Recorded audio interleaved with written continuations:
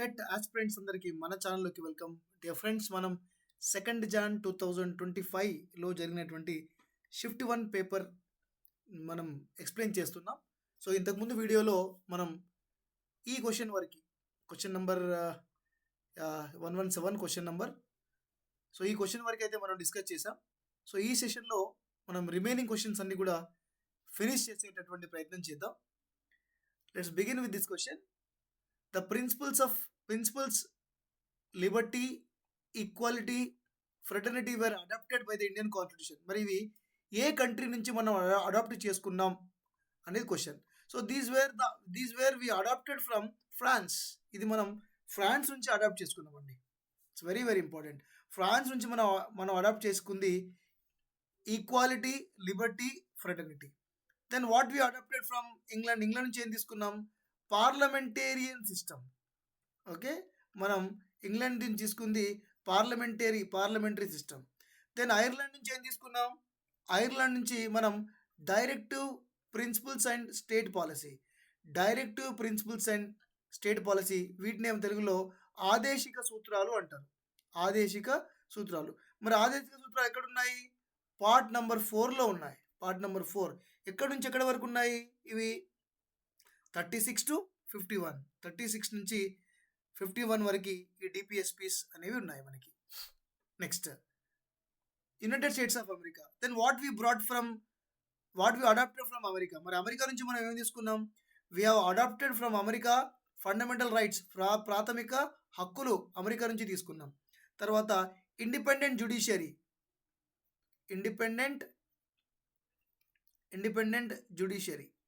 So independent judiciary కూడా మనం అక్కడి నుంచే తీసుకున్నాం. తర్వాత మనం ఇంపీచ్మెంట్ ఆఫ్ ప్రెసిడెంట్.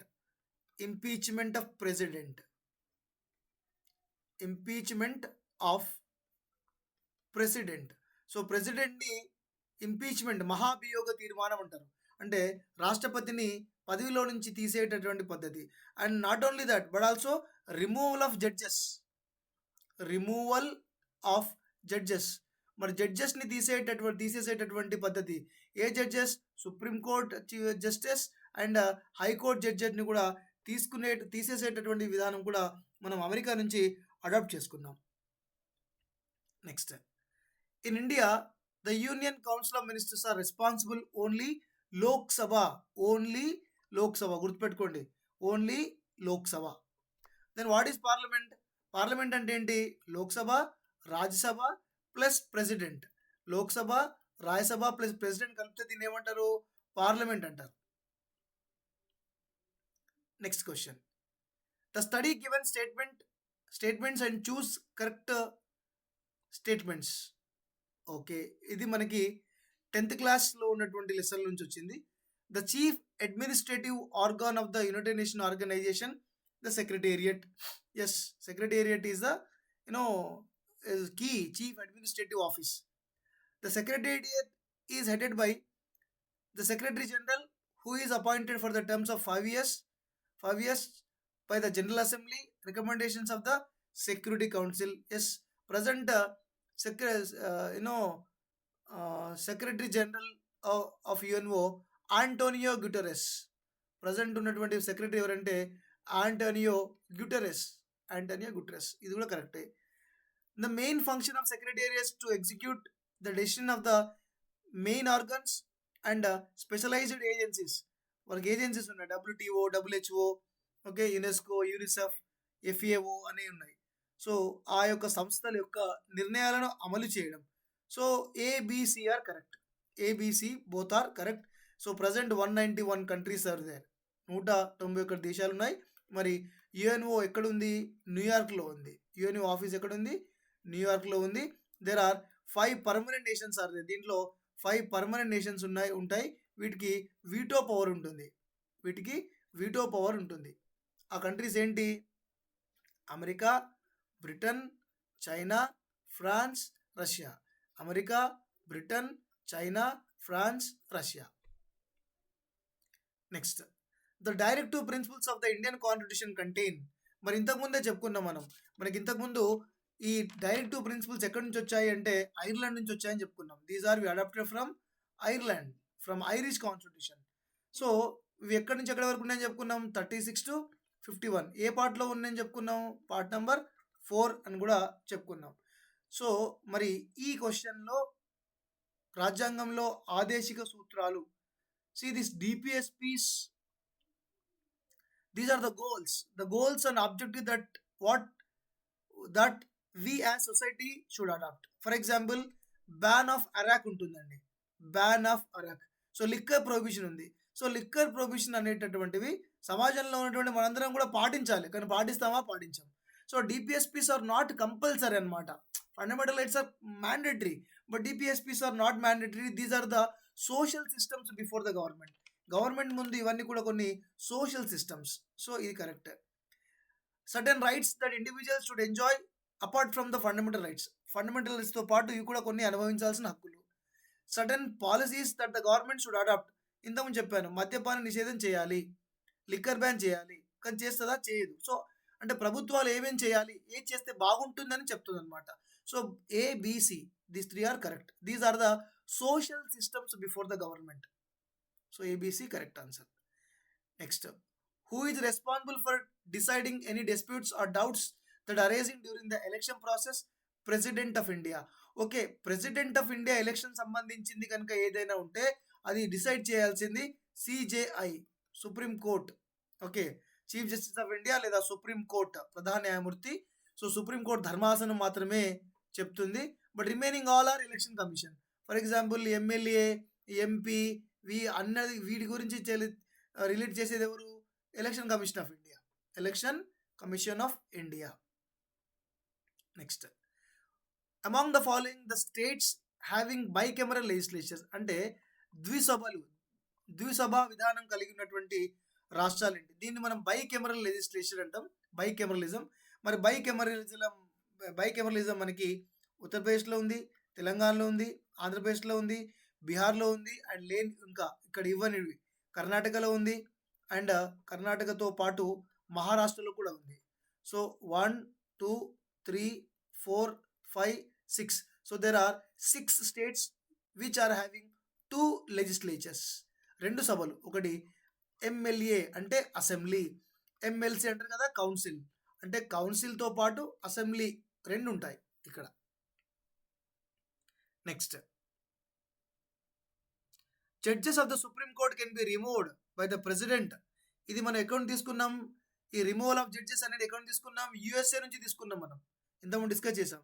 మరి ఇది ఎప్పుడంటే మిస్బిహేవియర్, తప్పుడు ప్రవర్తన లేదా అసమర్థత నిరూపించబడినప్పుడు. ఇట్స్ దే అన్కాన్స్టిట్యూషనలీ, అంటే వాళ్ళు కాన్స్టిట్యూషన్ని ఫాలో కాకుండా మిస్బిహేవియర్ కనుక చేసుకున్నట్టయితే, ఇన్కెపాసిటీ ఉన్నప్పుడు వాళ్ళని ఇంపీచ్మెంట్ చేసేటటువంటి అధికారం కూడా ఉన్నది. ఎవరు తీస్తారు?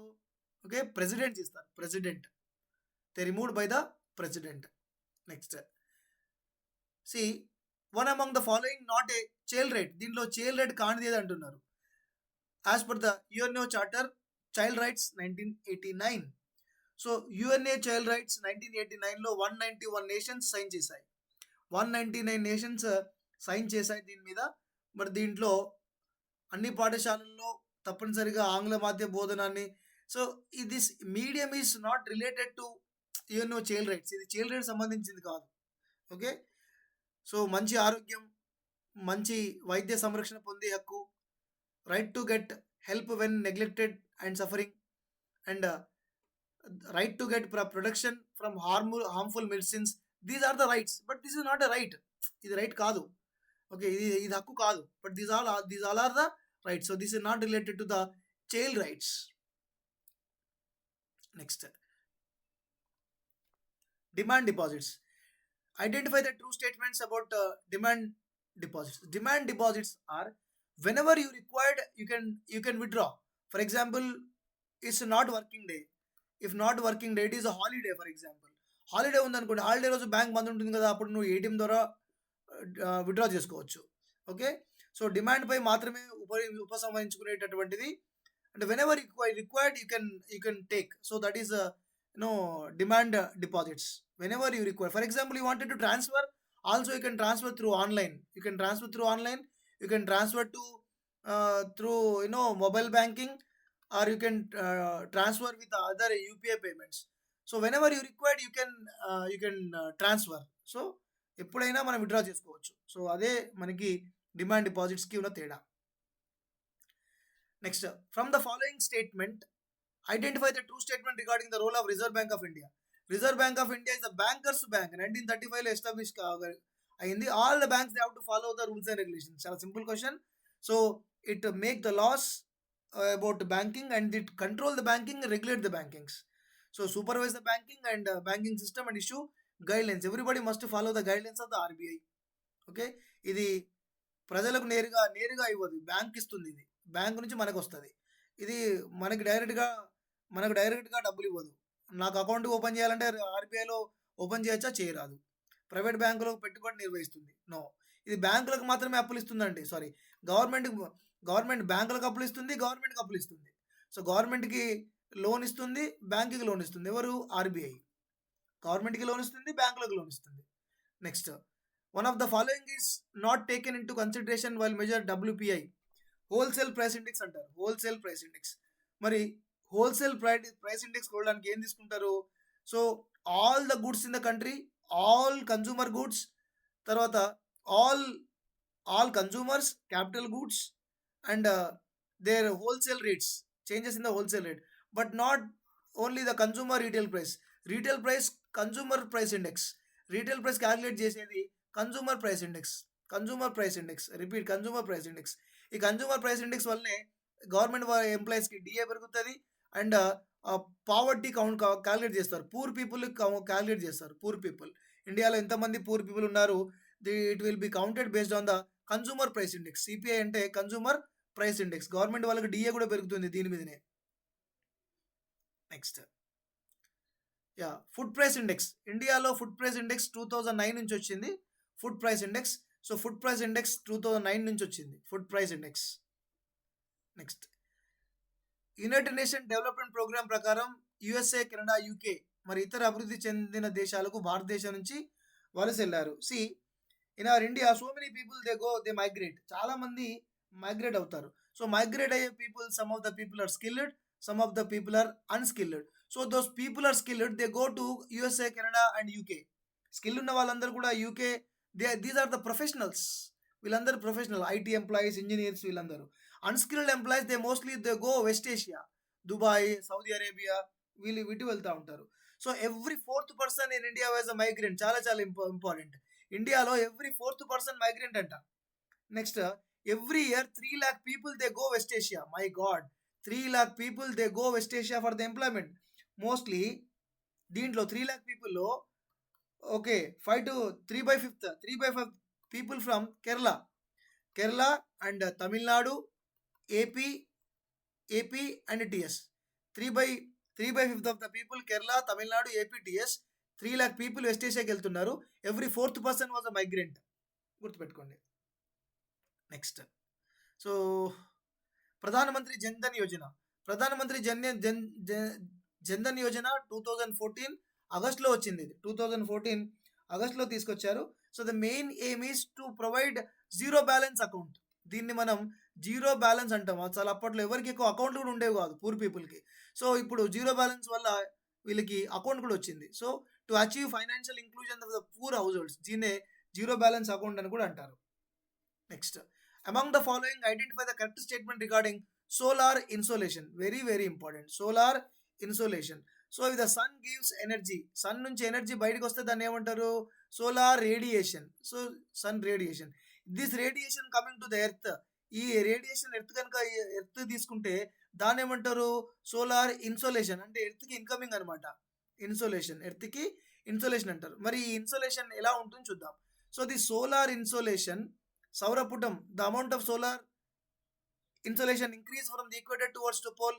No, for example this is earth, so this is sun, ఇక్కడ sun.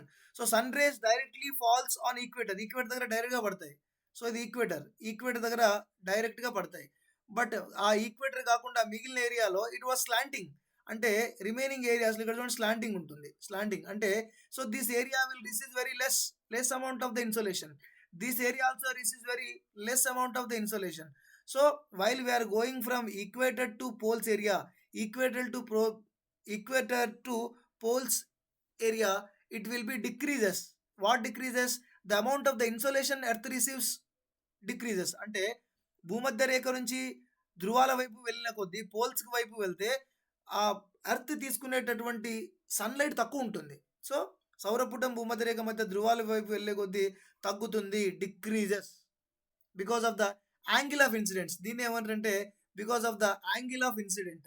ఇక్కడ నిట్ట నిలువుగా సూర్యుని కిరణాలు పడతాయి, బట్ ఇక్కడ నుంచి పైకి వెళ్ళిన కొద్దీ సూర్యుని కిరణాలు నిట్ట నిలువుగా పడవు, కొంచెం యాంగిల్ ఉంటుంది. కాబట్టి యాంగిల్ వల్ల పోల్స్ దగ్గర చాలా చల్లగా ఉంటుంది, ఎందుకంటే టెంపరేచర్ ఎక్కువగా, సన్లైట్ ఎక్కువగా పడదు.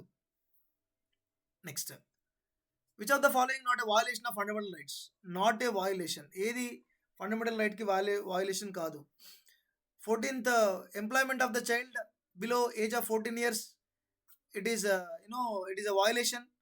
ఒక వ్యక్తిని అరెస్ట్ చేసి కారణాలు తెలియజేయకపోవడం వయలేషన్. భారతదేశంలో ఏ భూభాగంలోనైనా నివసించడానికి, స్థిరపడడానికి పరిమితం చేయడం, it is a violation. So ఈ 3 వయలేషన్సే. ఓకే, మరి వయలేషన్ కానిది సమావేశాలు, ప్రచురణ మొదలైన మార్గాల్లో పౌరత్వ అభిప్రాయాలు వ్యక్తం చేయడానికి అనుమతించడం.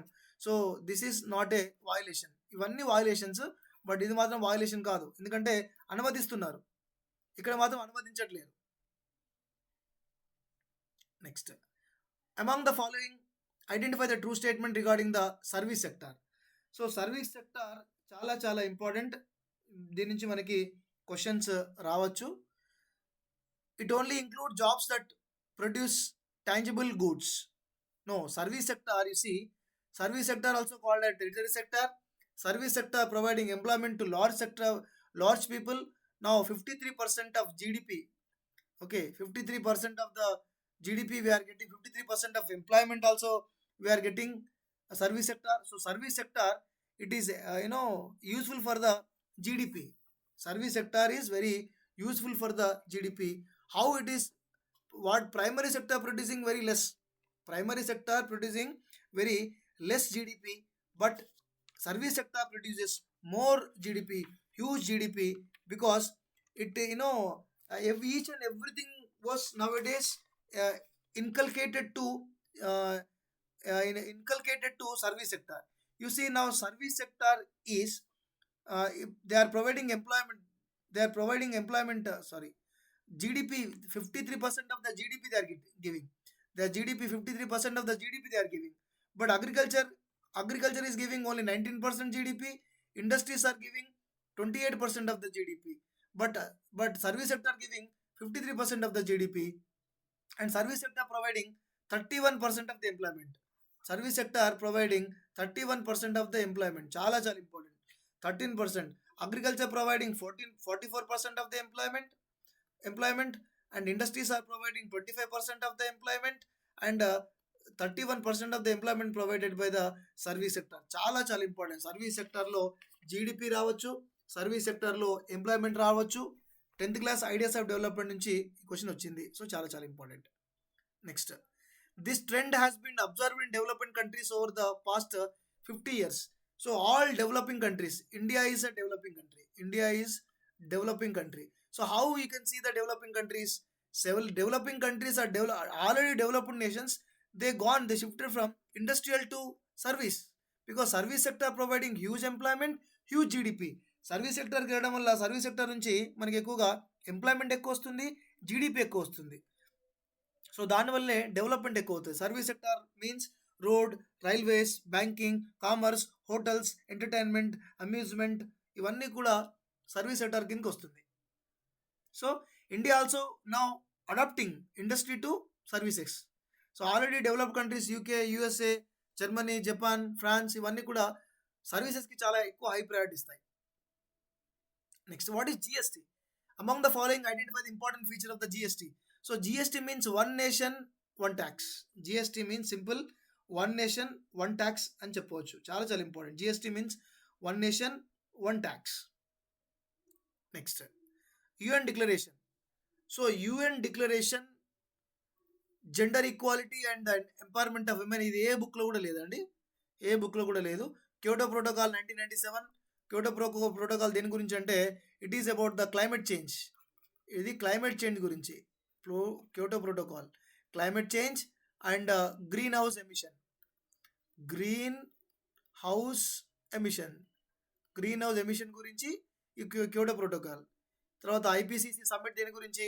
దీన్నే మనం కాప్ సమ్మిట్ అంటాం. 10th క్లాస్లో ఉంది. COP 2015 summit. సో ఈ సమ్మిట్ ముఖ్య ఉద్దేశం ఏంటి? Global temperature must be reduce 2 degree Celsius, అంటే 2 డిగ్రీ సెల్సియస్ టెంపరేచర్కి తగ్గించాలి. ఇప్పుడున్న టెంపరేచర్ ఎంత ఉందో దానికంటే 2 degree Celsius temperature must be decrease, it should be reduce. ప్యారిస్లో జరిగినటువంటి మీటింగ్లో చాలా కంట్రీస్ అన్నీ కూడా డిసైడ్ అయ్యాయి. World temperatures, global temperature reduced to up to below 2 degree Celsius. 2 degree Celsius కంటే ఇంకా కొంచెం తగ్గియాలి. మనం ఈ temperature day by day temperature పెరిగిపోతుంది. మనం కనుక ఫోకస్ చేయకపోతే ఇంకా భూమి మీద మనకి నూకలు చెల్లినట్టే అని అనుకున్నారు. సో ఇది ఆన్సర్ అయితే నాకు తెలియదండి. So as per the key అయితే ఇది. సో ఎలిమినేషన్ చేస్తే ఇదాన్ని పెట్టేవాన్నేమో. So these are the Kyoto protocol and IPCC. Next, during the winter season in India the cyclone depressions coming from the sea called western disturbances. 10th class climate లెసన్లో నుంచి వచ్చింది. So దీనికి explain చేస్తాను నేను. This is Europe and this is Africa, so Red Sea, and this is India. So ఇక్కడ ఏం జరుగుతుందంటే winter సీజన్లో this is the Mediterranean sea, ఇది మెడిటేరియన్ సీ, మెడ్ సీ, ఇది మెడిటేరియన్ సీ, మెడ్ సీ అని రాస్తున్నాను. ఈ మెడిటేరియన్ సీలో సైక్లోన్స్ వస్తాయి. ఈ మెడిటేరియన్ సీలో సైక్లోన్స్ రావడం వల్ల నార్త్ ఇండియాలో వర్షం పడుతుంది. ఓకే, నార్త్ ఇండియాలో ఎప్పుడు వింటర్లో వర్షం పడుతుంది. సో వెరీ లిటిల్ షవర్, ఎక్కువగా వర్షం పడదు, వెరీ లిటిల్ షవర్ పడుతుంది. So it is very boon for rabi crop. Rabi క్రాప్కి చాలా యూస్ఫుల్ ఇది. బూన్ ఫర్ రబీ క్రాప్ అంటే ఏ క్రాప్ అప్పుడు? వీట్ క్రాప్కి చాలా useful. So Mediterranean cyclone disturbances are ఎక్కడ ఫామ్ అవుతున్నాయి? ఇవి మెడిటేరియన్ సీలో. ఎక్కడ నుంచి వస్తున్నాయి? ఇండియాలో వెస్ట్ సైడ్ నుంచి వస్తున్నాయి. సో కాబట్టి దీన్ని ఏమంటారు? వెస్టర్న్ డిస్టర్బెన్సెస్ అంటారు, వెస్టర్న్ డిస్టర్బెన్సెస్. సో అది మెడిటేరియన్ సీ. నెక్స్ట్, సో ఈ రిమైనింగ్ క్వశ్చన్స్ అన్నీ కూడా మనకి ఇవన్నీ మెథడ్ క్వశ్చన్స్. మనం వీలుంటే మెథడ్ క్వశ్చన్ కూడా చేద్దాం. సో ఇప్పటివరకు అయితే మనం 2 సెషన్స్లో ఈ కంటెంట్ ఫినిష్ చేసాం. నెక్స్ట్ సెషన్ మనం జాన్ 2nd షిఫ్ట్కి సంబంధించిన క్వశ్చన్ చేద్దాం. So thank you all of you. Thank you.